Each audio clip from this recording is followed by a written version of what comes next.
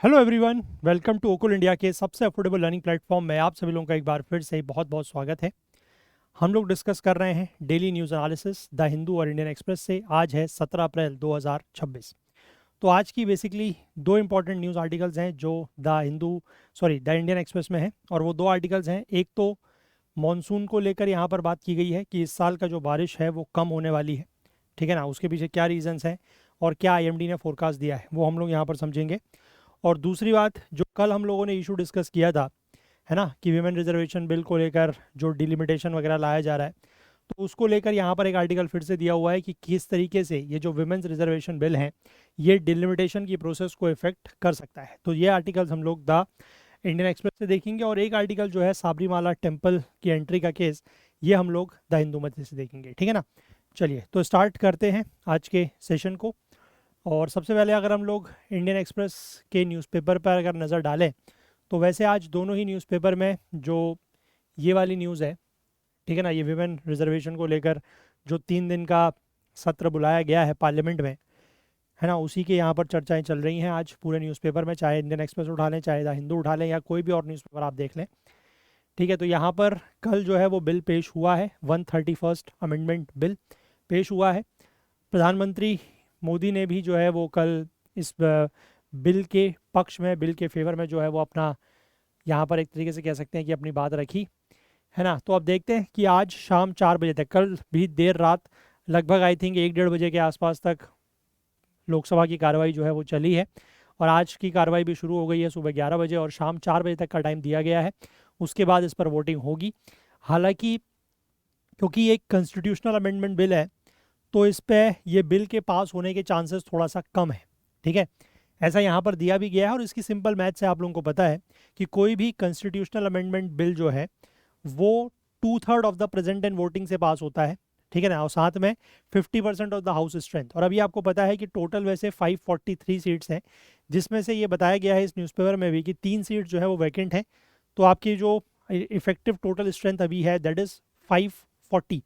तो अगर 540 लोग सारे के सारे अगर मेंबर्स प्रेजेंट होते भी हैं, तो उसका 2/3 आपको चाहिए, दैट मीन्स 260, ठीक है। बीजेपी के हैं 240, और एनडीए मिला के भी इट इज़ अराउंड 292 या 293 के आसपास है, तो वो भी 360 तक नहीं पहुंचता है। तो यानी कि कुछ अगर अपोजिशन पार्टीज इसमें मतलब फेवर करती हैं बिल का, तब ये बिल पास हो सकता है, ठीक है। 271 जो आपको इफेक्टिव चाहिएगा, half of the strength of the house, वो तो चलो क्लियर हो जाएगा, ठीक है, वो हो सकता है। But 2/3 of the present and voting वाला केस थोड़ा सा मतलब मुश्किल पड़ सकता है। तो वो शाम को देखेंगे, आज पता लगेगा, है ना, कि क्या होता है। और यहाँ पर ये भी कुछ ऑप्शंस दिए गए हैं कि सरकार जो है, मतलब हो सकता है कि इस बिल को वोट करने से पहले इस बिल को विड्रॉ कर ले, या इस बिल को किसी स्टैंडिंग कमेटी के पास भेज दिया जाए। ये सारे ऑप्शंस दिए गए हैं, तो let us see what happens, है ना। अभी तो खैर कार्रवाई आज के दिन की शुरू हुई है, दिन भर अभी चर्चाएं चलेंगी, और सब अपनी अपनी बात जो है वो कहेंगे पक्ष विपक्ष की तरफ से। उसके बाद देखते हैं कि what will happen in the evening, ठीक है। फिलहाल यहाँ पर एक और खबर है कि डोनाल्ड ट्रंप ने फिर से ये कहा है कि Iran has pledged not to have nukes and may visit Pak if deal ready, ठीक है। हालांकि ईरान ने इस बात को लेकर कोई कंफर्मेशन नहीं दिया है, लेकिन अमेरिका के राष्ट्रपति डोनाल्ड ट्रंप ने ये कहा है कि ईरान इस बात के लिए राजी हो गया है कि वो न्यूक्लियर जो है उसको डेवलप अपने वहाँ नहीं करेगा, ठीक है। एनरिच्ड यूरेनियम का जो उसके पास काम चल रहा है, हाईली एनरिच्ड यूरेनियम का, वो उसके ऊपर काम अपना बंद कर देगा, रोक देगा। और अगर उनका ये कहना है कि अगर इस तरीके की कोई डील होती है तो ये खुद पाकिस्तान जाके उस डील को साइन करने के लिए तैयार है, ठीक है। अब देखते हैं आने वाले समय में क्या होता है इस चीज़ पर। फिलहाल हम लोग सीधे एक्सप्लेन पेज पर चलेंगे, और वहाँ जो दो आर्टिकल्स मैंने आपको बताया वो हम लोग देखते हैं।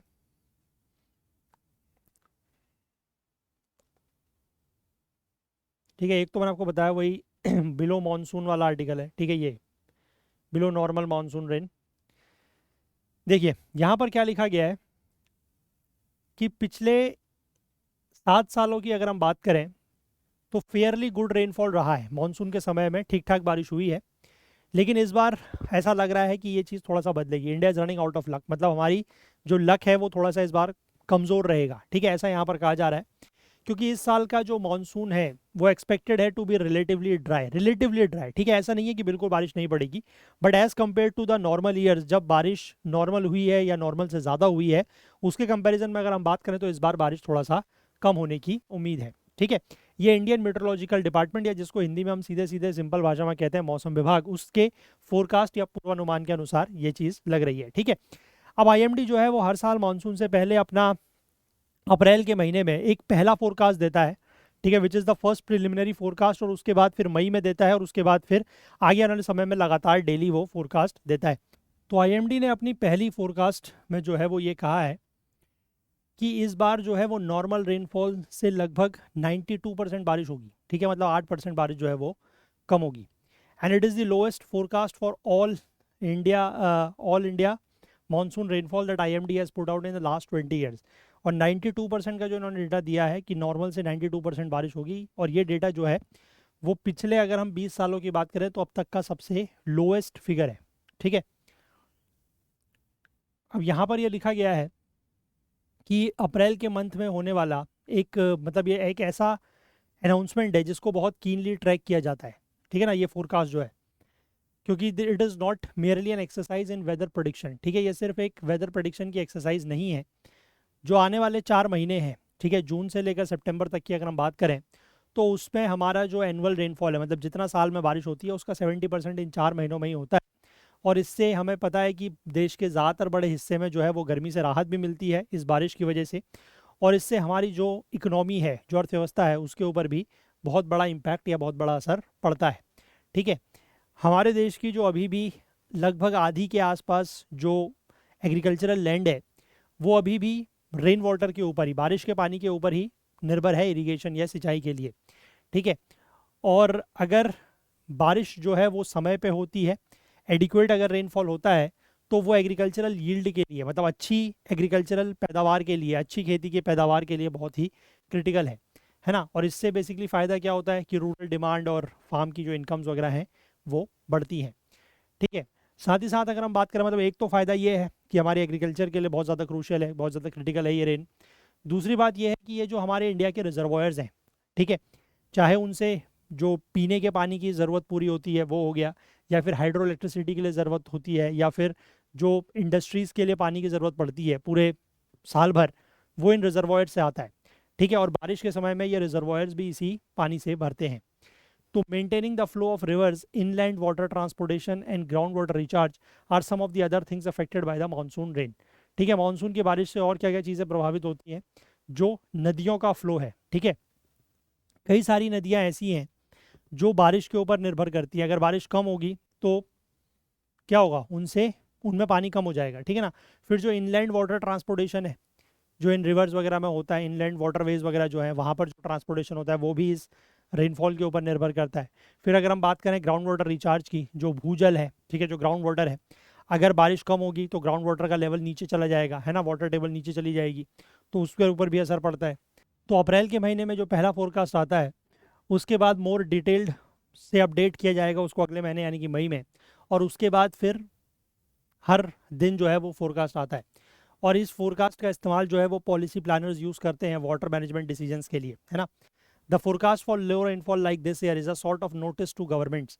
मतलब इस बार जो ये पहला फोरकास्ट आया है जिसमें ये कहा गया है कि कम बारिश होगी, वो एक तरीके से गवर्नमेंट्स और पॉलिसी मेकर्स के लिए एक ये नोटिस है कि वो हर तरीके की कंटिजेंसीज या हर तरीके के जो इमरजेंसीज हैं उसके लिए तैयार रहें। ठीक है, कि मानसून के समय में अगर बारिश कम होती है तो उससे आने वाले पूरे साल में क्या असर पड़ सकता है, खासकर क्या एडवर्स इम्पैक्ट पड़ सकते हैं, उस तरीके की कंटिजेंसी या इमरजेंसीज के लिए आप तैयार रहें। ऐसा एक तरीके से एक नोटिस या एक कॉशन जो है वो सरकारों को और पॉलिसी मेकर्स को इसके थ्रू दिया जा रहा है। ठीक है ना, यहाँ तक बात समझे। इसके बाद इसमें आगे ये दिया है कि इंक्रीजिंग रेजिलियंस। देखो, अभी कुछ सालों पहले तक, मतलब कुछ सालों पहले तक रिसेंटली क्या होता था कि a prediction of relatively low rainfall usually triggered alarm bells in the government. ठीक है, मतलब पहले से ये होता था, कुछ सालों मतलब कुछ ईयर्स पहले तक की ये बात है कि अगर इस तरीके का कोई फोरकास्ट आता था कि बारिश जो है वो कम होगी, तो उससे सरकार में बहुत ज़्यादा, मतलब अलार्म बेल्स ट्रिगर होने का मतलब है कि बहुत ज़्यादा वो चिंतित हो जाते थे इस बात को लेकर, है ना, काफ़ी ज़्यादा टेंशन में आ जाते थे। क्योंकि it was seen as sure signal of impending agricultural stress and dampener or economic growth outlooks. तो क्योंकि उससे लगता था कि इकोनॉमिक मतलब जो एग्रीकल्चर है उसके ऊपर काफ़ी ज़्यादा स्ट्रेस आ जाएगा, है ना, या फिर हमारा जो इकोनॉमिक आउटलुक है या जो हम कहें कि हमारा इकोनॉमिक ग्रोथ है उसके ऊपर बहुत ज़्यादा असर पड़ेगा, ऐसा लगता था। ठीक है, और मार्केट सेंटिमेंट जो है वो भी इससे काफ़ी ज़्यादा इफेक्ट होते थे। ठीक है, things have become a lot better in the last few years, लेकिन पिछले कुछ सालों में जो चीज़ें हैं, जो स्थिति है, वो थोड़ा सा बेहतर हुई है। ठीक है, और वो इसलिए बेहतर नहीं हुई है कि हमारी जो डिपेंडेंस है, जो हमारी निर्भरता है ये मानसून के ऊपर, मानसून की बारिश के ऊपर, वो कम हुई है, ऐसा नहीं है। ठीक है, लेकिन निर्भरता तो अभी भी मैंने आपको बताया कि 50% से ज़्यादा हमारी जो एग्रीकल्चरल लैंड है, ठीक है, जो हमारा एग्रीकल्चर है, वो अभी भी मानसून की बारिश के ऊपर ही निर्भर है इरिगेशन के लिए। ठीक है, तो वो निर्भरता ऐसा सच कम नहीं हुई है, लेकिन हुआ क्या है कि इंडिया जो है वो स्लोली क्या बनता जा रहा है, more resilient to the annual fluctuations in the monsoonal rainfall. ठीक है, कि जो मानसून की रेनफॉल में जो फ्लक्चुएशंस या जो उतार चढ़ाव या जो बदलाव आता है, उससे हम काफ़ी ज़्यादा क्या होते जा रहे हैं, हम उसको बियर करने लगे, हम उसको रेजिलियंट हो गए उसके लिए, है ना, thanks to a diverse set of initiatives in the different areas. तो जो अलग अलग तरीके के कदम उठाए गए हैं, जो इनिशिएटिव्स लिए गए हैं, उसकी वजह से हम थोड़ा सा रेजिलियंट हो गए कि अगर बहुत ज़्यादा फ्लक्चुएशंस होते भी हैं तो हमें उससे बहुत ज़्यादा इम्पैक्ट या अफेक्ट या फ़र्क नहीं पड़ता है। ठीक है ना।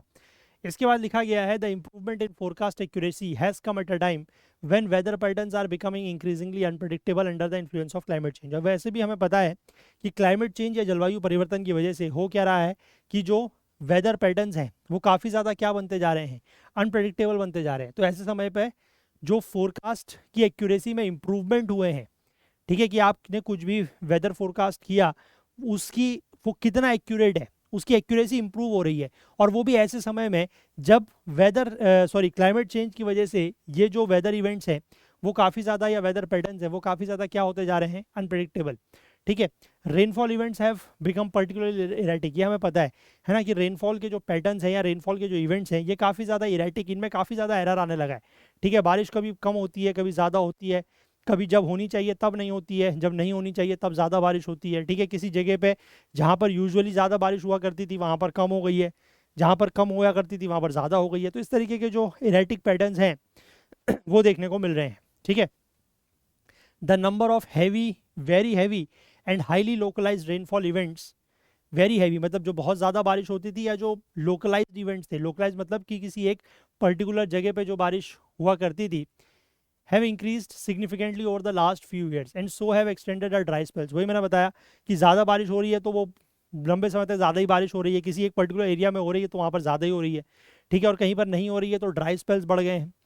तो the challenge ahead of IMD is to further improve the forecast of these events because of their potential to cause large scale disasters and destructions। ठीक है, तो सबसे बड़ा यहाँ पर जो चैलेंज या चुनौती है आईएमडी के लिए, या सिंपल हम कहें मौसम विभाग के लिए, वो ये है कि अपनी फोरकास्ट की एक्यूरेसी को और ज़्यादा बढ़ाए, क्योंकि इस तरीके के जो एक्सट्रीम वेदर इवेंट्स हैं या जो इरेटिक वेदर पैटर्न्स हैं उससे क्या होता है कि लार्ज स्केल डिजास्टर्स और डिस्ट्रक्शंस देखने को मिलते हैं। ठीक है, तो there are many other reasons why the prospects of a bad monsoon is not seen as a major cause of worry. ठीक है, कई और भी कारण हैं, कई और भी वजहें हैं जिसकी वजह से एक अगर मानसून खराब रहता है, खराब मानसून का मतलब वही है कि बारिश कम होगी, वो एक मतलब एक बहुत बड़ी चिंता की बात नहीं है, उसके पीछे कई सारे कारण हैं। But water management practices, efforts to improve ground water conservation, river and lake cleaning exercise have all contributed to ensuring that India is much better prepared to deal with rainfall shortages during the monsoon। ठीक है, हमारी जो water management practices हैं वो बेहतर हुई हैं। ठीक है, ग्राउंड वाटर कंजर्वेशन के जो एफर्ट्स हमने किए हैं, ग्राउंड वाटर को ज़्यादा मतलब कंजर्व करने के जो एफर्ट्स किए गए हैं, इसके बाद रिवर और लेक क्लीनिंग की जो एक्सरसाइजेज हैं, है ना, ये सब चीज़ों ने कंट्रीब्यूट किया है कि अब हम अगर इस तरीके की जो बारिश मानसून के दौरान अगर बारिश कम होती भी है, रेनफॉल में अगर शॉर्टेज होती भी है, तो हम उसको बहुत अच्छे से क्या कर सकते हैं, डील कर सकते हैं। उसके लिए हम लोग प्रिपेयर्ड हैं क्योंकि हमने कुछ इस तरीके के एफर्ट्स किए हुए हैं। ठीक है, A large parts of the work done under the flagship rural employment guarantee program were aimed at water conservation। ठीक है, ये बेसिकली जो पहले मनरेगा होता था, है ना, और जो अब बदल के जिसका नाम वो VBG राम जी बिल वाला कर दिया गया है, वो जो एक्ट बन चुका है अब, तो ये उसकी बात हो रही है कि उसमें ज़्यादातर जो काम होते हैं, ठीक है ना, flagship rural employment guarantee programme ये वही है ना, इसमें ज़्यादातर जो काम होते हैं वो इसी तरफ होते हैं, मतलब उसका मेन एम यही होता है वाटर कंजर्वेशन का। ठीक है ना, थाउजेंड्स ऑफ पॉन्ड्स बनाए जाते हैं, वेल्स, चेक डैम्स और इस तरीके के एसेट्स बनाए जाते हैं रूरल एरियाज़ में। इससे वाटर अवेलेबिलिटी जो है वो इम्प्रूव हुई है, ठीक है, ग्राउंड वाटर लेवल भी बढ़ा है, और साथ ही साथ रेन वाटर यानी कि बारिश के पानी के ऊपर जो हमारी निर्भरता या डिपेंडेंस है वो कम हुई है, ठीक है। Successive assessments of groundwater resources prepared by the Central Groundwater Board and the state governments have shown an encouraging improvement in groundwater situation in most parts of the India। तो हमें ये देखने को मिला है, जो ये सेंट्रल ग्राउंड वाटर बोर्ड है, इसने हमारे जो ग्राउंड वाटर रिसोर्सेज हैं, ठीक है, उनका सक्सेसिव असेसमेंट किया, मतलब जैसे अभी करा, फिर अगले साल करा, फिर अगले साल करा, तो उन्होंने ये चीज़ पाई है, दे हैव नोटिस्ड इट, कि हमारे देश के ज़्यादातर हिस्सों में जो ग्राउंड वाटर सिचुएशन है उसमें लगातार क्या हो रहा है, इंप्रूवमेंट हो रहे हैं, ठीक है। सिमिलरली जो ये वाटर रिवर और लेक क्लीनिंग एक्सरसाइजेज हैं, इन्होंने कई सारी वाटर बॉडीज़ को क्या बना दिया है, इसकी वजह से कई सारी वाटर बॉडीज़ जो हैं वो नॉर्मल यूसेज के लिए अब एक्सेसिबल हो गई हैं, ठीक है। अब major concern in a bad monsoon year is reservoirs getting drained out. अब ये एक बड़ी चिंता है, मैंने आपको शुरुआत में बताया कि बारिश होने से ये भी होता है कि जो हमारे रिजर्वायर्स हैं, ठीक है, जिसके पानी का इस्तेमाल हम पीने के लिए करते हैं, ड्रिंकिंग वाटर के लिए करते हैं, ठीक है, या फिर हमारे इंडस्ट्रीज़ में यूज़ होता है वो पानी, है ना, तो उसकी वजह से एक मेजर चिंता ये भी है कि अगर मानसून ख़राब होगा या बारिश कम होगी तो वो जो रिजर्वायर्स हैं उनमें पानी खत्म हो सकता है, ड्रेन आउट हो सकता है, मतलब खत्म तो खैर ऐसा नहीं होता है, लेकिन हाँ कम हो सकता है। तो thanks to the bountiful rainfall in the last 2 years, लेकिन पिछले 2 सालों में काफ़ी अच्छी बारिश हुई है, 2024 और 2025 में, तो वहाँ पर 100% से ज़्यादा बारिश हुई है मानसून के दौरान, तो उसकी वजह से ये जो रिजर्वायर्स हैं, ठीक है, इनकी पोजीशन अभी काफ़ी अच्छी है, मतलब इनमें काफ़ी ज़्यादा पानी है, तो इस बार अगर थोड़ा सा बारिश कम भी होगी तो बहुत ज़्यादा फर्क नहीं पड़ेगा, ठीक है। इंडिया के जो 166 लार्ज रिजर्वायर्स हैं, अगर इनमें हम टोटल कंबाइंड वाटर स्टोरेज की बात करें तो ये पिछले साल से बेहतर तो है ही है, साथ ही साथ पिछले 10 सालों के एवरेज की अगर हम बात करें तो उससे भी बेहतर है। देखो यहाँ पर ये डेटा दिया गया है, इसको अगर हम देखें तो ये 9 अप्रैल 2026 तक का डेटा है, करंट स्टोरेज इन 166 लार्ज रिजर्वायर्स, ठीक है, जो 166 हमारे बड़े रिजर्वायर्स हैं उनमें हमारे पास इतना पानी है 82.070 बिलियन क्यूबिक मीटर्स, ठीक है। लास्ट ईयर अगर हम बात करें कि इन रिजर्वायर्स में कितना पानी था इस समय, तो 69.752 था, मतलब उससे काफ़ी बढ़िया है। और दूसरी बात अगर हम बात करें पिछले 10 सालों का एवरेज, लेकिन नॉर्मल स्टोरेज इस समय पिछले 10 सालों में कितना रहा है इन रिजर्वायर्स में, तो वो इतना था, तो उससे भी बेहतर है, और जो पिछले साल है उससे भी बेहतर है, ठीक है। तो हमारी पोजीशन जो है वो ठीक है, और ये बात इन्होंने कही है कि this is true for reservoirs in almost every region of the country, ठीक है, मतलब पूरे देश में ईस्ट वेस्ट नॉर्थ साउथ कहीं भी आप देख लें, सब जगह के रिजर्वायर्स की लगभग स्थिति ऐसी ही है ना, मतलब पिछले साल 24-25 में अच्छी बारिश हुई है, तो उसकी वजह से रिजर्वायर्स में वाटर लेवल की कोई कमी नहीं है। This asset will be crucial in the coming months, और ये जो एसेट है ये आने वाले महीनों में जब बारिश कम होगी तो उस समय ये काफ़ी काम आएगा, ठीक है। इसके बाद यहाँ पर यह लिखा गया है कि unless the rainfall scarcity is really acute, India seems to have better prepared to deal with shortages than excess of rainfall, particularly when it leads to flooding and disasters।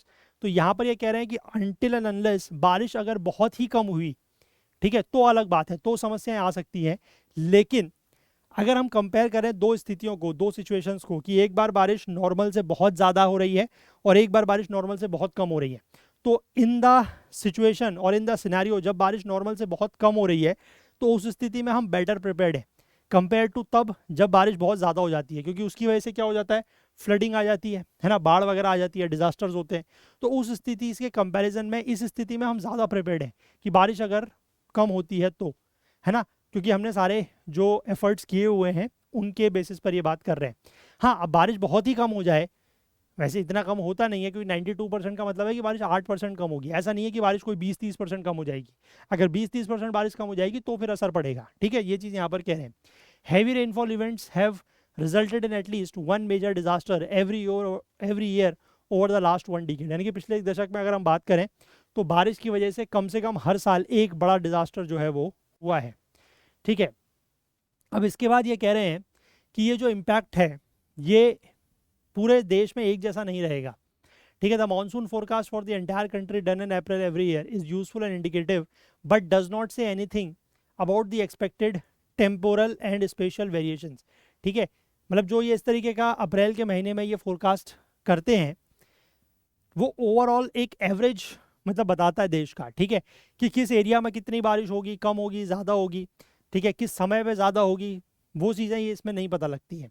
92% rainfall forecast does not mean that every place in the country was likely to get deficient rainfall. The forecast for specific region and months are done in the month of May. वही मैं कह रहा हूँ कि एक average है, ठीक है। ओवरऑल इंडिया की बात करके उन्होंने बताया कि 100% अगर नॉर्मल है तो 92% होगी बारिश, लेकिन ये नहीं कहा गया, और इसका मतलब ये भी नहीं है कि पूरे देश में सब जगह ही बारिश कम होगी, ठीक है। तो मंथ वाइज जो डेटा होता है स्पेसिफिक रीजन का, बारिश मतलब किस एरिया में कितनी बारिश होगी और किस महीने में ज़्यादा होगी, किस महीने में कम होगी, वो चीज़ें जो अभी अगले महीने मई के महीने में जो फोरकास्ट आएगा वहाँ पर बताया जाएगा, ठीक है ना। हालांकि यहाँ पर इस बार आईएमडी ने एक इंडिकेशन दिया है कि of what might be in store for individual regions and months. Below normal rainfall was expected almost all over the country and only a few areas in north east, north west and southern peninsula could be expected to get normal or above normal rainfall. मतलब इन्होंने इतना कहा है कि पूरे देश के ज़्यादातर हिस्सों में ओवरऑल अगर हम बात करें तो बारिश जो है वो नॉर्मल से, सामान्य से कम रहेगी, लेकिन नॉर्थ ईस्ट, नॉर्थ वेस्ट और सदर्न पेनिनसुला के कुछ रीजन्स में बारिश जो है वो नॉर्मल या उससे ज़्यादा अबव नॉर्मल रह सकती है, ठीक है।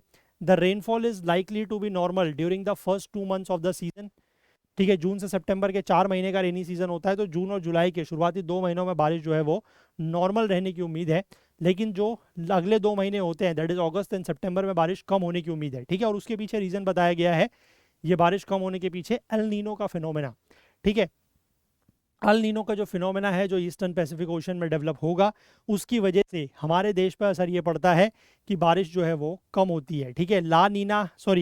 एल नीनो से बारिश कम होती है, ला नीना से बारिश बढ़ती है, वही चीज़ उन्होंने यहाँ पर बताई है, ठीक है। Was expected to peak sometimes in July and is expected impact over India is usually felt after a lag of 1 or 2 months, ठीक है। मतलब ये जुलाई के आसपास शुरू होगा और इसके 1-2 महीने के बाद इंडिया में इसका इम्पैक्ट देखने को मिलता है, ठीक है।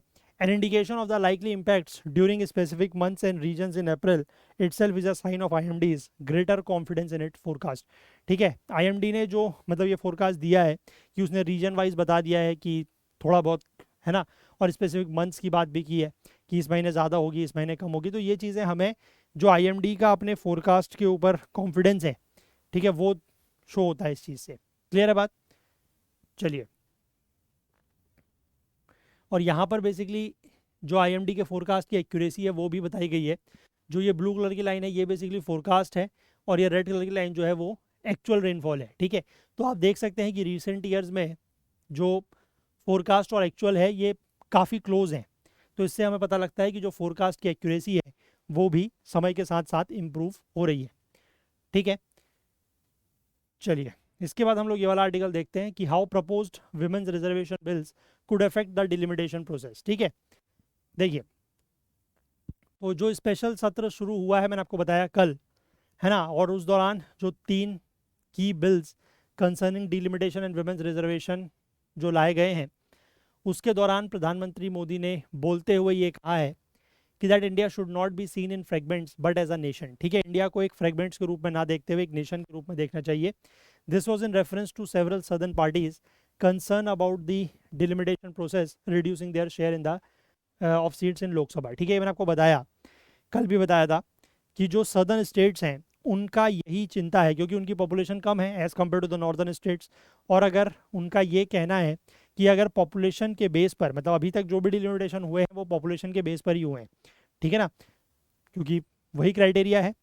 तो पॉपुलेशन के बेस पर अगर डिलिमिटेशन होगा तो सदर्न स्टेट्स को जो है वो नुकसान होगा, तो यही उनकी चिंता है, ठीक है ना, क्योंकि उनकी पॉपुलेशन जो है वो कम हुई है। हालांकि इसको लेकर प्रधानमंत्री ने भी और आप कहें कि गृह मंत्री ने भी ये आश्वासन दिया है, ये एश्योरेंस दिया है कि इस पर कोई ऐसा पॉपुलेशन का क्राइटेरिया नहीं होगा, ठीक है। डायरेक्ट जो है वो 50% इंक्रीज किया जाएगा। बट द थिंग इज, जिस बात को विपक्ष उठा रहा है वो ये है कि ये जो 50% का क्राइटेरिया है ये बिल के टेक्स्ट में कहीं पर भी मेंशन नहीं है, ठीक है। अब आज देखते हैं, क्योंकि जब सब लोग इस पर अपने अपने विचार रखेंगे लोकसभा में, तो उसके बाद वोटिंग होने से पहले गृह मंत्री जो हैं अमित शाह वो इन सब का जवाब देंगे, ठीक है। तो उसमें देखते हैं, कल उन्होंने कहा था किसी एक को जवाब देते हुए कि मैं कल पूरी प्रोसेस बताऊंगा, ठीक है, ये सब चीज़ें कैसे हैं क्या है, तो वो सब चीज़ें सामने आएंगी। ठीक है, उसमें एक सवाल और उठा है, वो भी मैं आपको बताना चाहूँगा कि अभी तक क्या होता है ना, जैसे मैंने आपको कल बताया था कि लोकसभा की जो सैंक्शनड स्ट्रेंथ है वो 550 है। ठीक है, कि उसमें लिखा गया है कॉन्स्टिट्यूशन में कि नॉट मोर देन 550, जिसमें से 530 स्टेट्स की, 20 यूनियन टेरिटरीज की। ठीक है ना, 552 वैसे होती थी, 2 एंग्लो इंडियन भी थे, वो लेकिन हटा दिया गया है, तो 550 की स्ट्रेंथ है। बट नॉर्मल जो मतलब एक्चुअल स्ट्रेंथ है वो 550 नहीं है, वो 543 है। और ये नंबर बेसिकली कहाँ से आया, जो सब्सिक्वेंट डिलिमिटेशंस होते गए हैं, 51 में हुआ, 56 में हुआ, है ना, उसके बाद और जो सब्सिक्वेंट ये होते गए डिलिमिटेशंस, वहाँ से हम इस आंकड़े पर, इस वैल्यू पर पहुंचे हैं 543 के। तो कई सारे विपक्ष के सांसदों का खासकर ये कहना था कि ये जो नंबर फिक्स होता है ये डिलिमिटेशन के बाद होता है। एक्चुअल प्रोसेस ये होती है कि जब भी, जैसे अभी तक क्या होता था, हालांकि पिछले कुछ सालों से ये प्रोसेस डिसरप्ट हो गई है क्योंकि सेंसस समय पे नहीं हुआ, बट प्रोसेस ये है और कॉन्स्टिट्यूशनली मैंडेट भी ये है कि पहले हर 10 साल में सेंसस होती है और उसके बाद रीएडजस्टमेंट आफ्टर एवरी सेंसस, है ना। हमने आर्टिकल 82 की बात कल भी की थी कि रीएडजस्टमेंट आफ्टर एवरी सेंसस, कि हर सेंसस के बाद रीएडजस्टमेंट ऑफ लोकसभा सीट्स को जो है वो मैंडेटरी किया गया है। ठीक है, that is basically what the delimitation is all about. तो पॉपुलेशन काउंट होगा सेंसस में, फिर वहां से डिलिमिटेशन करके तब पता लगेगा कि कितनी सीट्स जो है वो बढ़नी चाहिए, है ना। तो कई सारे विपक्ष के सांसदों का ये कहना है कि ये जो सरकार आंकड़ा लेके आई है कि हम 50% बढ़ा देंगे, ये एक आर्बिट्ररी नंबर है। ठीक है, अब हालांकि सरकार का ये कहना है, मतलब मैं कल जो कार्रवाई है वो देख रहा था, तो उसमें गृह मंत्री ने ये कहा कि लेटस से, है ना, उन्होंने बेसिकली इस चीज़ को, जो विमेन रिजर्वेशन है 33%, उसके साथ लिंक किया। उनका ये कहना है कि लेट से 100 सीट्स हैं, ठीक है, लोकसभा में लेट से अभी प्रेजेंट में 100 सीट्स हैं, ठीक है, विच आर ऑल ओपन। ठीक है, SC ST के रिजर्वेशन को आप हटा दें, कुछ सीटें SC ST के लिए रिजर्वेड होती है, उनको हटा दें, but otherwise all seats are open, अगर आप 100 सीट्स की बात करें। तो उन्होंने कहा कि हम क्या कर रहे हैं कि 100 सीट्स को बढ़ाएंगे 50%, तो टोटल हो जाएंगी 150, और उसका 33%, दैट इज 1/3, यानी कि 50 seats will be reserve for women. तो out of total 150 seats 50 will be reserve for women, और बाकी जो 100 सीट्स हैं एज यूजुअल जो पहले होती थी नॉर्मल 100 सीट्स, वो अभी भी ओपन रहेंगी। तो मतलब उनका ये कहना है या उनकी मंशा उस बात से ये लग रही है कि जो 543 सीट्स हैं, वो चाहते हैं कि ये 543 सीट्स अभी भी उस तरीके से ओपन रहे जैसी पहले हैं। ठीक है, मतलब इस एक्सरसाइज के बाद भी या इस विमेन रिजर्वेशन को लागू करने के बाद भी, और महिलाओं के लिए अलग से जो है वो लगभग 271 या 272 सीट्स के आसपास क्रिएट हो जाएंगी ये सीट्स बढ़ाने के बाद। ठीक है, लेकिन विपक्ष के सांसदों का यही कहना है, क्योंकि ये जो नारी वंदन अधिनियम है 33% रिजर्वेशन टू वुमेन, ये तो 2023 में पास हो चुका है। ठीक है, ये एक्ट बन चुका है। हालांकि सरकार ने कल इसको लेकर एक गेजेट नोटिफिकेशन भी जारी कर दिया कि कल यानी कि 16 अप्रैल 2026 से माना जाएगा कि ये जो एक्ट है वो लागू हो गया है। ठीक है, हालांकि उसको लेकर भी बहुत सारी चर्चाएं चल रही हैं। ठीक है, तो मतलब विपक्ष का यही कहना है कि अगर ये जो विमेन रिजर्वेशन है इसको लागू करना है, तो ये 543 पर ही क्यों ना लागू किया जाए, कि 543 में से 181, दैट इज 1/3, ये विमेन के लिए रिजर्व कर रख दें। बट सरकार का ये कहना है कि हम ये नहीं करना चाहते, हम चाहते हैं कि पहले 543 को बढ़ाया जाए, और फिर मतलब वही कि 100 को पहले 150 किया जाए, फिर 50 उसमें से रिजर्व कर दी जाए, ताकि वो 100 जो है वो एज इट इज रहे। ठीक है, ये चल रहा है। इसमें आज देखेंगे, आज का दिन काफ़ी इंपॉर्टेंट रहने वाला है। तो वही चीज़ लिखी गई है कि 2023 में ये जो कॉन्स्टिट्यूशनल अमेंडमेंट एक्ट पास किया गया विमेन रिजर्वेशन को देने के लिए, है ना, हालांकि वो अभी तक लागू नहीं हो पाया है।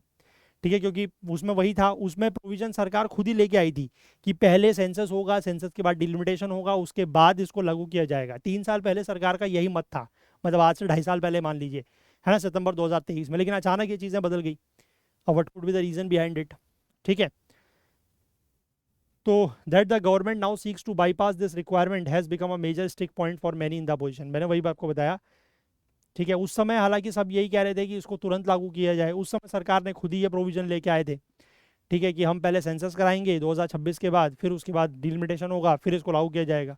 अब लेकिन इनका ये कहना है कि डिलिमिटेशन होने और इसमें बहुत टाइम लगेगा, तो 2029 तक ये लागू नहीं हो पाएगा, तो इसलिए हम 2011 की सेंसस के बेस पर ही डिलिमिटेशन कर देते हैं और उसके बाद इसको लागू कर देते हैं।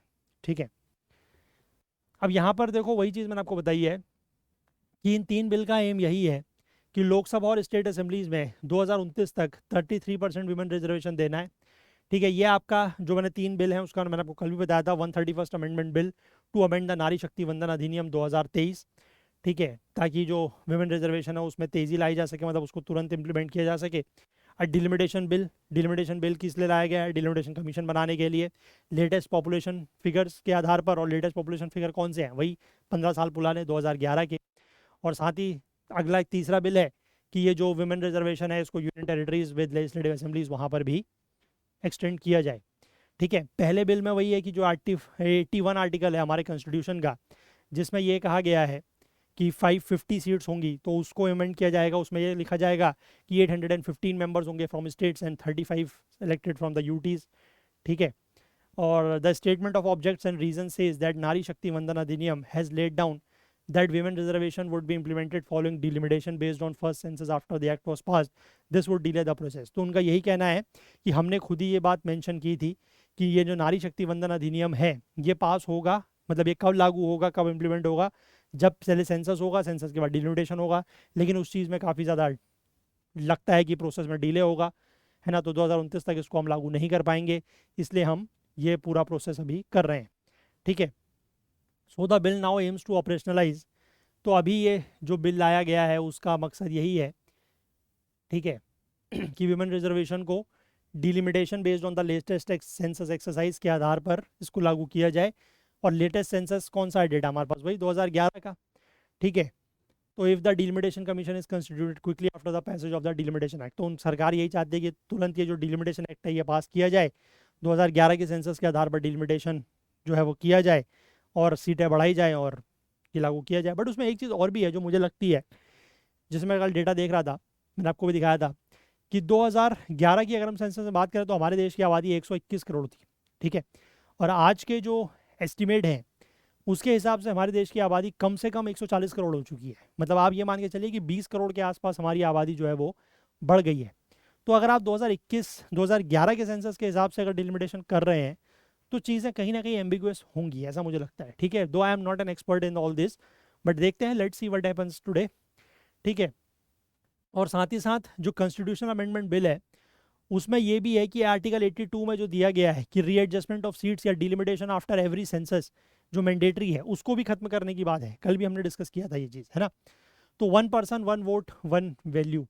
The new delimitation bill explicitly states that it would be the duty of the commission to readjust the constituencies according to the latest published census figures on the date the delimitation commission is constituted। क्योंकि obvious सी बात है कि delimitation act अगर बनेगा, मतलब delimitation bill अगर पास होगा, उसके बाद जो डिलिमिटेशन कमीशन बनेगा उसके सामने लेटेस्ट सेंसस का फिगर कौन सा है? 2011, तो उसके हिसाब से डिलिमिटेशन किया जाएगा। और साथ ही साथ इसमें यह भी लिखा है कि it also says that the commission would have to readjust the seats with regard to several articles of the constitution including 81 and 82। ठीक है, 81 और 82 के हिसाब से या बाकी जो भी स्टेट असेंबलीज से रिलेटेड जो भी आर्टिकल्स हैं उसके अकॉर्डिंग उनको डिलिमिटेशन करना होगा, सीट्स को एडजस्ट करना होगा। ठीक है, there is no mention that the readjustment must be a pro rata basis via 50% increase in the seats of all states. वही मैंने आपको बताया कि बिल में कहीं पर भी ये मेंशन नहीं है कि हर राज्य की 50% सीट्स जो हैं वो बढ़ाई जाएंगी। But article 81 essentially provides for the 1 person 1 vote 1 value principle. Article 81 में ये प्रिंसिपल मेंशन है, और वो किस तरीके से मेंशन है वो आपको मैंने बताया था। ठीक है, कि उसमें ये मेंशन किया गया है कि जो सीट्स हैं, ठीक है, वो इस हिसाब से होनी चाहिए कि पॉपुलेशन, सीट्स और पॉपुलेशन का जो रेशियो है वो प्रैक्टिकेबली एज क्लोज हो हर स्टेट के लिए।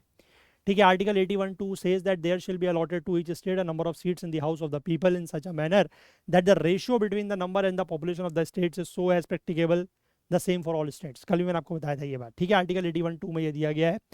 द ओनली एक्सेप्शन जो है वो छोटी स्टेट्स के लिए है जहाँ की पॉपुलेशन 60 लाख या उससे कम है, ताकि उनका एडिक्वेट रिप्रेजेंटेशन जो है वो लोकसभा में रहे। ठीक है, उनके लिए एक स्पेशल एक्सेप्शन है, इसको भी आप लोग ज़रूर ध्यान रखिएगा।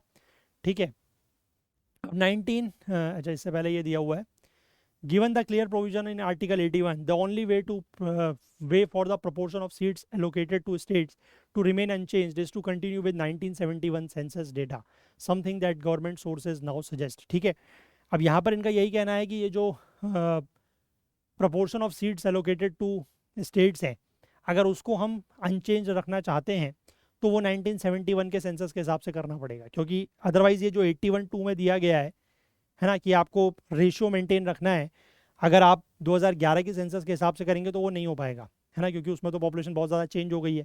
सदर्न स्टेट्स की कम हो गई है, मतलब कम बढ़ी है, नॉर्दर्न स्टेट्स की ज़्यादा बढ़ी है, वही तो सदर्न स्टेट्स की चिंता है, ठीक है ना। तो यही बात यहाँ पर लिखी गई है। फिर इसके बाद ये भी मैंने आपको कल बताया था कि जो डिलिमिटेशन के ऊपर करंट फ्रीज है वो 1976 में एक बार लगाया था 42nd अमेंडमेंट से, उसके बाद 2001 में इसको फिर से एक्सटेंड किया गया था 84th अमेंडमेंट से, ठीक है। पहले बार जो first froze the definition of last preceding census in article 81 and 82 for allocating seats among states to mean the 1971 census, ठीक है। 81 और 82 आर्टिकल में जो ये टर्म दिया गया है, जो फ्रेज दिया गया है लास्ट प्रीसीडिंग सेंसस, ठीक है, 1976 में कहा गया कि वो 1971 का सेंसस होगा 25 साल के लिए, ठीक है।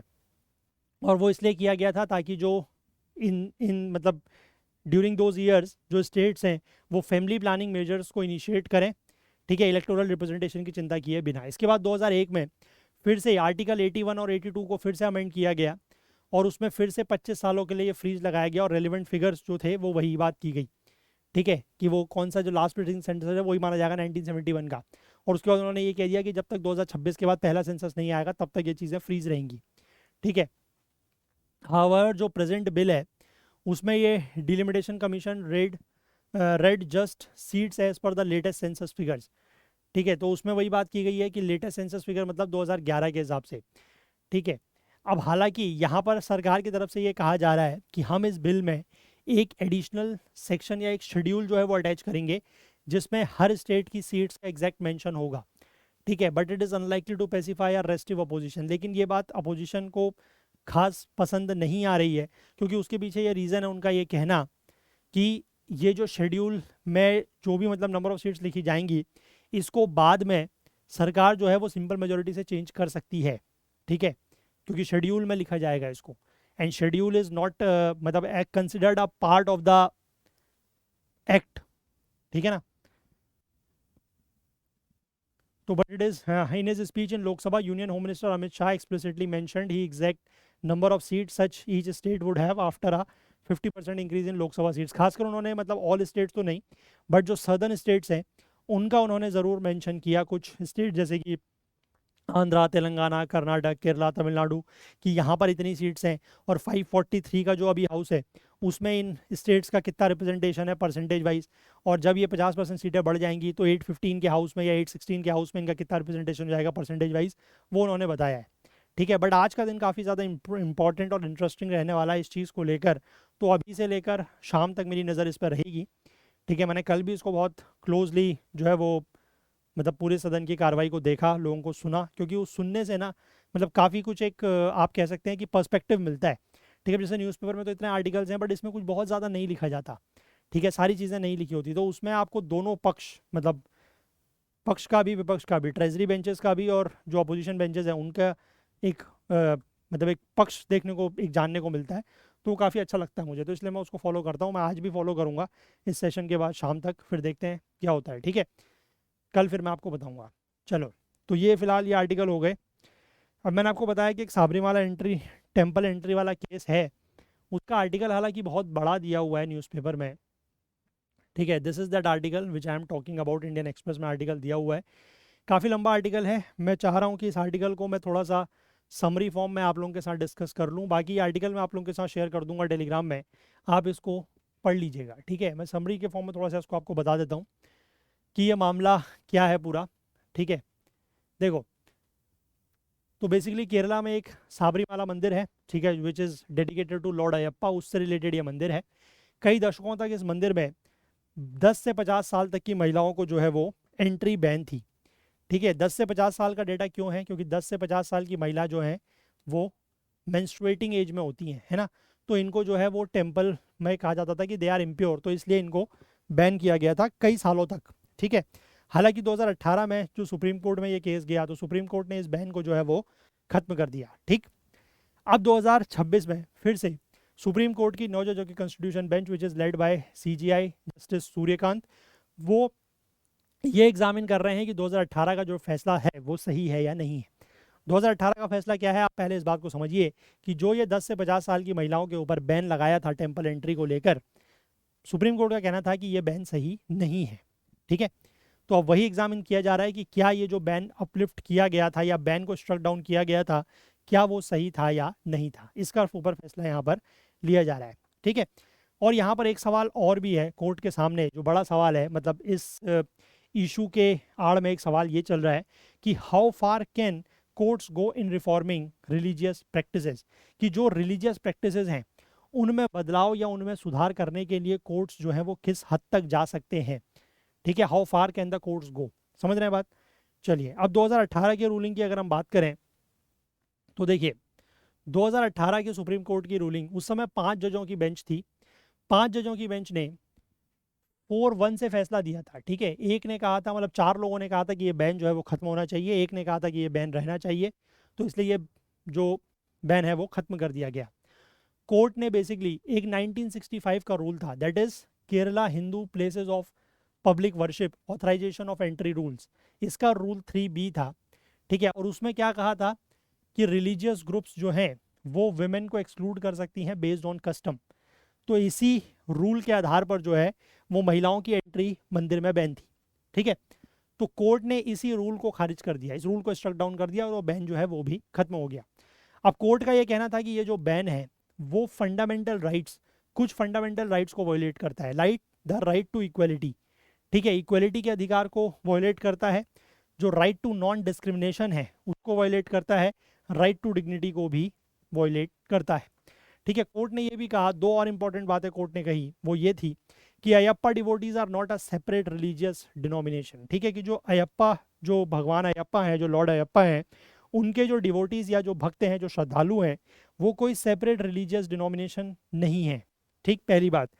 दूसरी बात उन्होंने ये कहा कि जो मेंस्ट्रुएटिंग एज की महिलाएं हैं उनको आप मंदिर में अगर एंट्री नहीं दे रहे हैं तो ये कोई एसेंशियल रिलीजियस प्रैक्टिस नहीं है, this is not an essential religious practice, ऐसा कोर्ट ने कहा। ये बेसिकली कोर्ट का ऑब्जर्वेंस था 2018 के रूलिंग में, और उन्होंने इसी बेसिस पर ये जो Kerala Hindu places of public worship authorisation of entry rules थे 1965, उसके रूल्स 3B को 4-1 से क्यों है वो स्ट्रक डाउन कर दिया। ठीक है, बात समझ गए आप। 2018 का ये केस था। अब इसके बाद कॉन्स्टिट्यूशन में जो रिलीजियस फ्रीडम को लेकर रूल्स हैं, अगर उसकी हम बात करें तो आपको पता है कि right to religious freedom article 25 से 28 में दिया हुआ है कॉन्स्टिट्यूशन के। ठीक है, और इनको आप बेसिकली रिलीजन इन इंडिया, मतलब भारत में धर्म को लेकर जो रूल बुक है वो आप मान सकते हैं। आर्टिकल 25 क्या कहता है?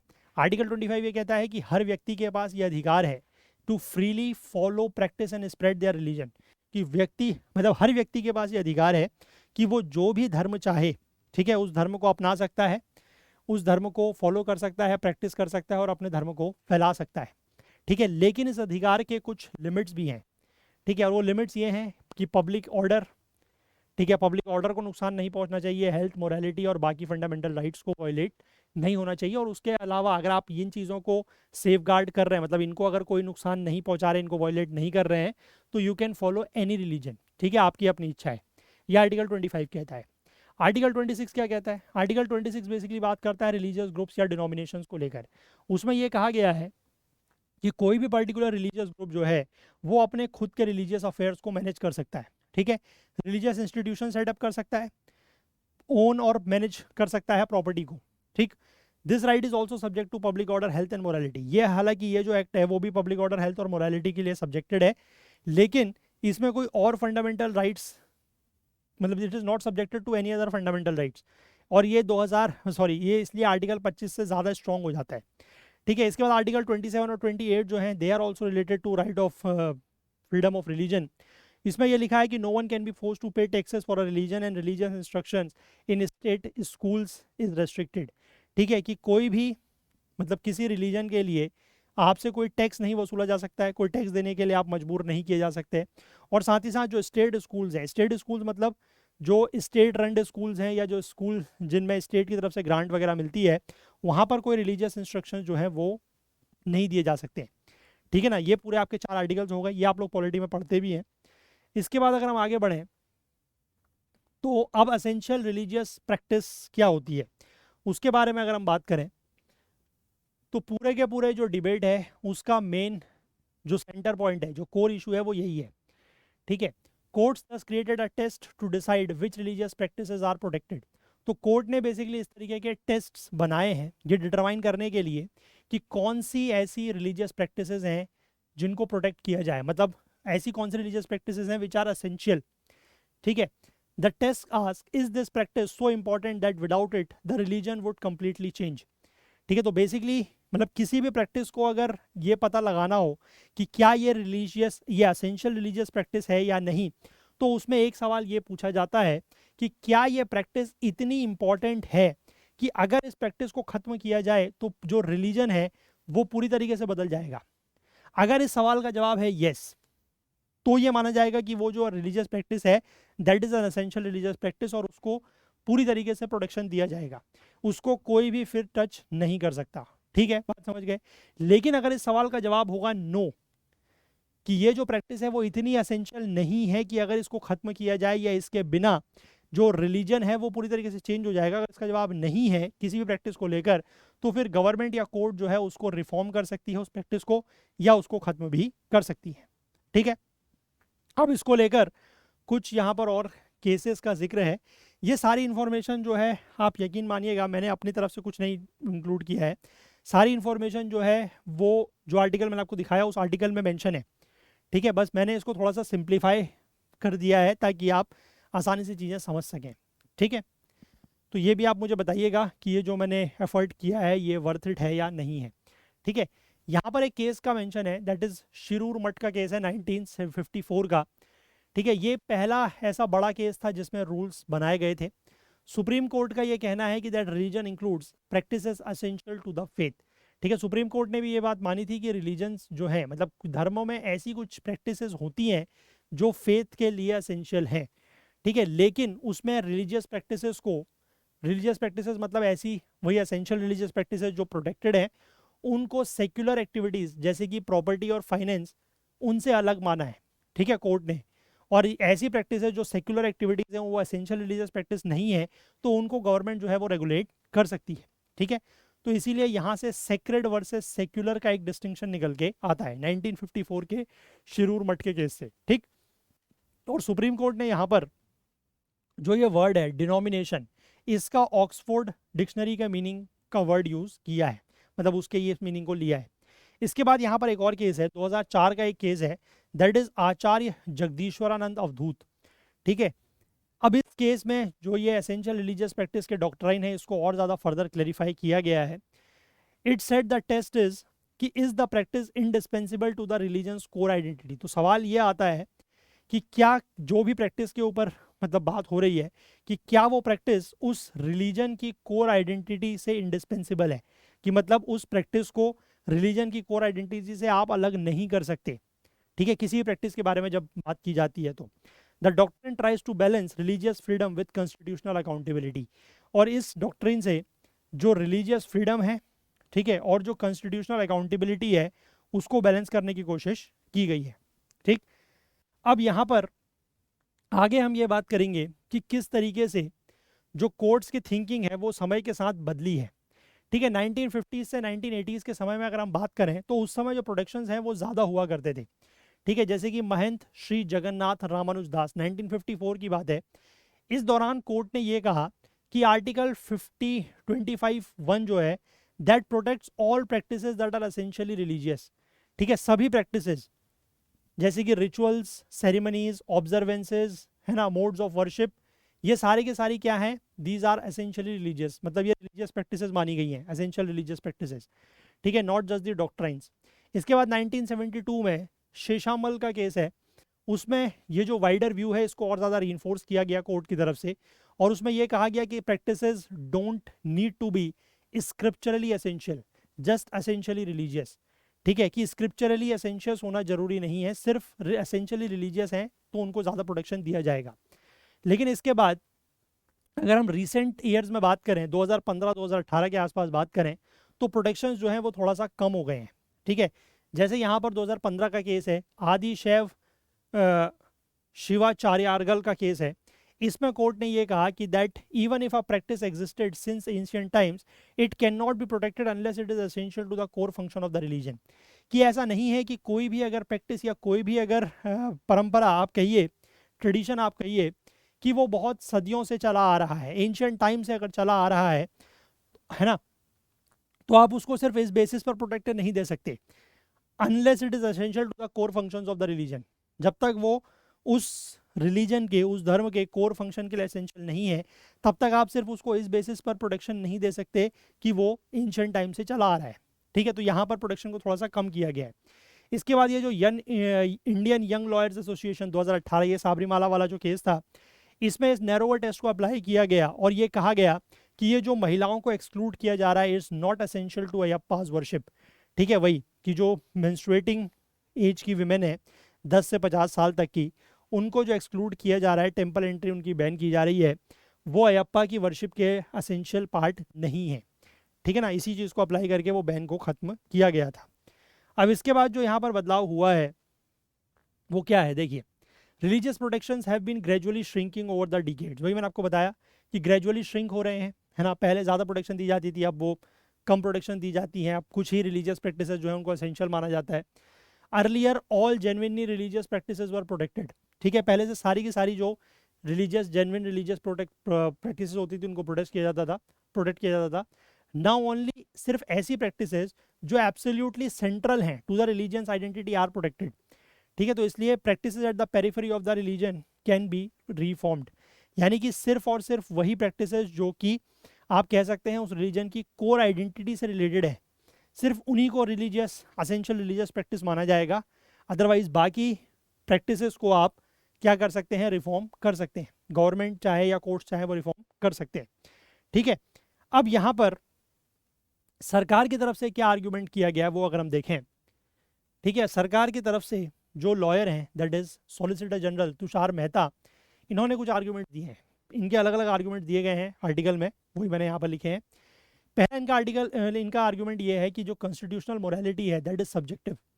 ठीक है, कोर्ट का जो 2018 में कोर्ट ने यूज़ किया था concept of constitutional morality, constitutional morality का यूज़ करके कोर्ट ने रिलीजन को ओवरराइड किया, मतलब वो एसेंशियल प्रैक्टिस उसको मानते थे, उन्होंने उसको खत्म किया। सरकार का कहना है कि ये बहुत ही वेग और पर्सनल है। It shouldn't be an independent reason for courts to struck down religious practices. ठीक है, कि रिलीजियस प्रैक्टिसेस को स्ट्रक डाउन करने के लिए ये कोई इंडिपेंडेंट रीज़न नहीं है, है ना। कॉन्स्टिट्यूशनल मोरालिटी एक बहुत ही सब्जेक्टिव मैटर है, ऐसा कोर्ट का कहना है। सब्जेक्टिव का मैटर का मतलब होता है कि जिसमें अपनी अपनी विचार या अपने अपने राय हो सकती है, अपनी अपनी ओपिनियन हो सकती है। दूसरा इनका आर्ग्यूमेंट ये है कि जजेस जो हैं वो सोशल रिफॉर्मर्स नहीं हो सकते। ठीक है, सोशल चेंज जो है उसको या तो पार्लियामेंट से किसी लॉ के थ्रू आए या फिर सोसाइटी के थ्रू आए, जजेस से वो नहीं आना चाहिए, है ना। Courts stepping into change religious customs over steps their role, कि कोर्ट का जो रोल है, जो भूमिका है, अगर कोर्ट जो है वो रिलीजियस कस्टम्स को चेंज करती हैं तो वो अपने रोल से आगे बढ़ रही हैं। ठीक है, मतलब एक तरीके से जिसको कहा जाता है क्या, जुडिशियल ओवर रीच, है ना, कि कोर्ट जो है, जो उनकी आप कहिए उनका जो डोमेन है, जो जुडिशियल डोमेन है, उसके बियॉन्ड जाके वो काम कर रहे हैं। ठीक है, ऐसा यहाँ पर कहा जा रहा है। इसके बाद तीसरा आर्ग्यूमेंट ये है कि courts can't decide religious essentials, कि कोर्ट जो है वो क्या चीज़ रिलीजियसली असेंशियल है उसको कोर्ट डिसाइड नहीं कर सकते। Constitution leaves questions of religious essentiality to the faith itself, constitution में ये चीज़ें जो है वो फेथ के ऊपर ही छोड़ी गई हैं। ठीक है, जजेस are not trained in theology, जजेस जो हैं वो थियोलॉजी में या कह सकते हैं द स्टडी ऑफ रिलीजन या स्टडी ऑफ गॉड्स में ट्रेंड नहीं है, तो उनको ये चीज़ डिसाइड नहीं करनी चाहिए कि क्या एसेंशियल है फॉर आ रिलीजन। इसके बाद इंडियन रिलीजन्स की अगर हम इंटरनल प्लूरलिटी की बात करें, ये भी इन्होंने एक आर्गूमेंट दिया है कि 2018 ruling ignored the Indian religions have many internal सब ग्रुप्स। ठीक है, कि 2018 की रूलिंग में इस चीज़ को इग्नोर किया गया है कि जो इंडियन रिलीजन्स हैं उनमें सब ग्रुप्स भी होते हैं। आर्टिकल 21 से एनी सेक्शन देयर ऑफ, उन्होंने इस टर्म का जिक्र किया कि आर्टिकल 26 में लिखा गया है एनी सेक्शन देयर ऑफ, इसका मतलब वही है कि लार्जर फेथ में कुछ सब ग्रुप्स भी हैं। ठीक है, उनको भी जो है वो डिनोमिनेशनल प्रोटेक्शन मिलनी चाहिए। ठीक है ना। इसके बाद इन्होंने फिर से एक और आर्ग्यूमेंट दिया है, टोटल 6 आर्ग्यूमेंट्स इनकी तरफ से, कि not all gender based rules are discriminate, नहीं कि सारे के सारे जो जेंडर बेस्ड रूल्स हैं वो डिस्क्रिमिनेटरी नहीं होते हैं। ठीक है, इन्होंने ये भी जिक्र किया है कि कुछ टेम्पल जो हैं वहाँ पर आदमियों की, ठीक है, मेन को भी एक्सक्लूड किया जाता है। उसके बाद एक केरला टेम्पल का इन्होंने मेंशन किया जहाँ पर आदमी जो है वो महिलाओं की तरह ड्रेस पहन के फिर टेम्पल में एंट्री करते हैं। ठीक है, ये बेसिकली फेथ बेस्ड प्रैक्टिसेस हैं, ये कोई जेंडर स्टीरियोटाइप्स या पैट्रियार्की नहीं है। ठीक है, इसके बाद आर्टिकल 17 का जिक्र किया गया है कि वो यहाँ पर अप्लाई नहीं होता है। आर्टिकल 17 जो है वो अनटचेबिलिटी को एबॉलिश करता है। ठीक है, और अनटचेबिलिटी बेसिकली कास्ट डिस्क्रिमिनेशन से टाइड है। तो the government argued that this can not be stretched to cover biological conditions like menstruation. ठीक है, कि आप इस चीज़ को ये मेंस्ट्रुएशन से रिलेट नहीं कर सकते। ठीक है, doing so would distort its original constitutional purpose. जो इसका ओरिजिनल कॉन्स्टिट्यूशनल पर्पस था वो डिस्टॉर्ट हो जाएगा अगर ऐसा किया जाएगा तो। ठीक है, बात समझ गए। तो ये बेसिकली सरकार की तरफ से जो आर्ग्यूमेंट्स दिए गए हैं वो हैं। इसके बाद अगर हम बात करें आर्टिकल 25(2) की, who has the power to reform religion, कि किसी भी धर्म को रिफॉर्म करने या उसमें सुधार लाने के की पावर या शक्ति किसके पास है। आर्टिकल 25 के दो सब पार्ट्स हैं जो काफ़ी क्रूशल हैं। आर्टिकल 25(2) का ए है जो कहता है कि the state can regulate secular activities associated with religion. ठीक है, कि रिलीजन से संबंधित जो भी सेक्युलर एक्टिविटीज़ हैं उनको स्टेट या गवर्नमेंट या अथॉरिटीज़ जो है वो रेगुलेट कर सकती है, जैसे कि मैनेजमेंट या फाइनेंसेस। ठीक है, आर्टिकल 25(b) ये कहता है 25(2)(b) the state can make laws for social welfare and reform. ठीक है, कि स्टेट जो है वो सोशल वेलफेयर और रिफॉर्म के लिए लॉज बना सकती हैं, that is opening Hindu temples to all Hindus, इस तरीके की, है ना। Important points about article 25(2)(b) अगर इसकी हम बात करें तो कंस्टिट्यूएंट असेंबली की डिबेट्स के दौरान इस क्लॉज को जो है वो डिस्कस किया गया by K M. Munshi and doctor B R. Ambedkar के द्वारा। इसमें एक फ्रेज है कि all persons are equally entitled was specifically meant to address caste and communal equalities not gender discrimination. तो उनका कहना है कि जो इसमें ऑल पर्सन्स टर्म दिया गया है कि all persons are equally entitled, उसका मतलब है कि कम्युनल इनइक्वालिटीज़ को खत्म करने के लिए, कास्ट या कम्युनल इक्वलिटीज़ को खत्म करने के लिए। इसका मतलब जेंडर डिस्क्रिमिनेशन को एड्रेस करना नहीं है। ठीक है, तो देयरफॉर द आर्टिकल सेज कि जो जेंडर इक्वलिटी क्लेम्स हैं वो बेटर आर्ग्यूड करते हैं अंडर आर्टिकल 15 एंड 14। ठीक है, article 14 right to equality, article 15 right against non discrimination. ठीक है, आर्टिकल 25(2)(b) को आप एक्सटेंड नहीं कर सकते उस बारे में। डॉक्टर अंबेडकर का इसमें व्यू जो था वो ये था कि Ambedkar said the constitution must separate what is essentially religious from secular activities intertwined with religion. ठीक है, कि जो असेंशियली रिलीजियस चीज़ें हैं उनको सेक्युलर एक्टिविटीज से अलग किया जाना चाहिए। He wanted to allow state intervention in non essential religious practices. ठीक है, वो ये खुद भी चाहते थे कि जो नॉन असेंशियल रिलीजियस प्रैक्टिसेस हैं उसमें स्टेट को इंटरवीन करने की पावर हो। लेकिन कॉन्स्टिट्यूशन में इस चीज़ को लेकर क्लियरली कोई लाइन मेंशन नहीं है और कोर्ट्स जो है वो इसको तब से फिगर आउट कर रहे हैं। मतलब एक तरीके से ये वही हो गया कि जो कॉन्स्टिट्यूशन का इंटरप्रिटेशन है उसको सरकार कर रही है। ठीक है, so what role do courts play. अब कोर्ट्स इसमें क्या रोल प्ले करते हैं, तो primary power of religious reform या तो स्टेट या पार्लियामेंट के पास है। ठीक है, कोर्ट जो है वो रिलीजियस प्रैक्टिस में तभी इंटरवीन कर सकती है जब पब्लिक ऑर्डर, है ना, जब पब्लिक ऑर्डर अगर डिस्टर्ब हो रहा हो या किसी की हेल्थ को कोई नुकसान हो रहा हो या जो बेसिक मॉरलिटी है लाइक ह्यूमन सेक्रीफाइस या विचक्राफ्ट, अगर ये चीज़ें वायलेट हो रही हो तो। ठीक है, courts have limited scope from transformative constitutionalism. ठीक है, कोर्ट के पास ट्रांसफॉर्मेटिव कॉन्स्टिट्यूशनलिज्म का बहुत ज़्यादा स्कोप नहीं है using the constitution to actively reshape society. The constitution's design state reforms court protect against extremes. ठीक है, तो कॉन्स्टिट्यूशन का डिज़ाइन ऐसा ही है कि जो रिफॉर्म्स होंगे वो स्टेट की तरफ से आएंगे, पार्लियामेंट की तरफ से आएंगे, और अगर कुछ चीज़ें एक्सट्रीम हो जाती हैं विच इज़ बेसिकली अनकॉन्स्टिट्यूशनल तो कोर्ट उसके अगेंस्ट प्रोटेक्शन देगा। ठीक है ना, कॉन्स्टिट्यूशन का फ्रेमवर्क यही है, डिज़ाइन यही है। अब अगला सवाल ये है कि are Ayyappa's devotees a separate religious denomination. तो this matters because article 26 gives extra rights to religious denominations, rights that are stronger than article 25। ठीक है, तो क्या ये जो अयप्पा डिवोटीज हैं ये कोई सेपरेट रिलीजियस डिनोमिनेशन है। तो इसमें एक 3 पार्ट टेस्ट है जो कि ये शिरूर भट्ट वाले केस से आया है। टू बी अ डिनोमिनेशन, किसी भी ग्रुप को अगर आप डिनोमिनेशन मानते हैं तो उसको ये 3 चीज़ें जो है वो प्रूफ करनी होंगी। ठीक है, कि वो कॉमन फेथ होना चाहिए, common organisation and designation by a distinct name. तो 2018 के कोर्ट के अगर हम फैसले की बात करें तो इसमें यह कहा गया है कि अयप्पास जो हैं वो do not qualify as a denomination. मैंने आपको ऊपर भी बताया शुरुआत में। Sabarimala temple allows all Hindus not just Ayyappa followers, so it is not an exclusive sect. ठीक है, उसमें ये साफ कहा गया कि अयप्पा का जो मंदिर है वो सभी हिंदुओं को के लिए एंट्री अलाउ करता है, सिर्फ अयप्पा फॉलोअर्स के लिए नहीं। ठीक है, अब यहाँ पर मैं आपको एक और इम्पोर्टेंट पॉइंट बताता हूँ, वो ये है कि हमारे संविधान का जो आर्टिकल 26 है, ठीक है, right to freedom of religion के अंतर्गत जो आर्टिकल 26 है, जिसमें रिलीजियस डिनोमिनेशंस की बात की गई है, ये बेसिकली आयरिश कॉन्स्टिट्यूशन यानी कि आयरलैंड के कॉन्स्टिट्यूशन के आर्टिकल 44, 1937 का जो आयरिश कॉन्स्टिट्यूशन था उसके आर्टिकल 44 से ये लिया गया है। ठीक है, आयरिश वर्जन में स्पेसिफिकली जो है वो डिनोमिनेशंस को मेंशन किया गया है, जैसे कि जो आयरलैंड के मेथोडिस्ट चर्च हैं वो, या जो प्रेसबाइटेरियन चर्च हैं आयरलैंड के वो, उसमें उन्होंने स्पेसिफिकली मेंशन किया है। ठीक है, तो वर्ड डिनोमिनेशन जो है that was originally meant for clearly defined and organised Christian sects, और जब इसको हम हिंदुइज्म में अप्लाई करते हैं तो this is vast and interconnected, the concept loses clear meaning because Hindu sects rarely function independently of the larger Hindu faith. ठीक है, तो हिंदुइज्म में जब आप इसको अप्लाई करते हैं तो थोड़ा सा वहाँ पर जो क्लियर मीनिंग है वो लूज हो जाता है, क्योंकि यहाँ पर तो क्लियरली डिफाइंड किया गया है। ठीक है ना, जो क्रिश्चियन सेक्ट्स हैं उनके ऊपर अप्लाई होता था ये। The any section thereof, फिर उसमें जो एनी सेक्शन दिया गया 26 के अंतर्गत, उसका क्या मतलब है, तो इंडियन फ्रेमर्स ने उसमें एक फ्रेज ऐड किया।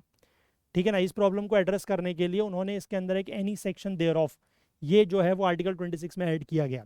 तो इसका मतलब ये है कि किसी भी लार्जर फेथ के अंतर्गत जो सब ग्रुप है, ठीक है, वो भी डिनोमिनेशनल राइट्स जो है वो क्लेम कर सकता है, अगर वो पेरेंट रिलीजन से पूरी तरह अलग नहीं है तो भी।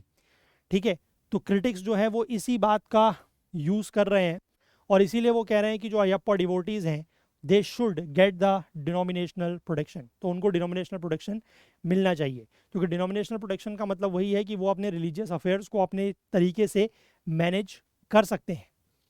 ठीक है ना, आई होप आप बात समझ रहे हैं। तो मतलब उनका सारा का सारा इशू वही है कि वो चाहते हैं कि महिलाओं को, खासकर जो 10 to 15 ईयर्स ऑफ एज की विमेन है, उनको मंदिर में एंट्री ना मिले। ठीक है ना, जिसको कोर्ट ने 2018 में हटा दिया, तो उसी के अगेंस्ट में ये पूरा इशू चल रहा है। क्लियर है बात?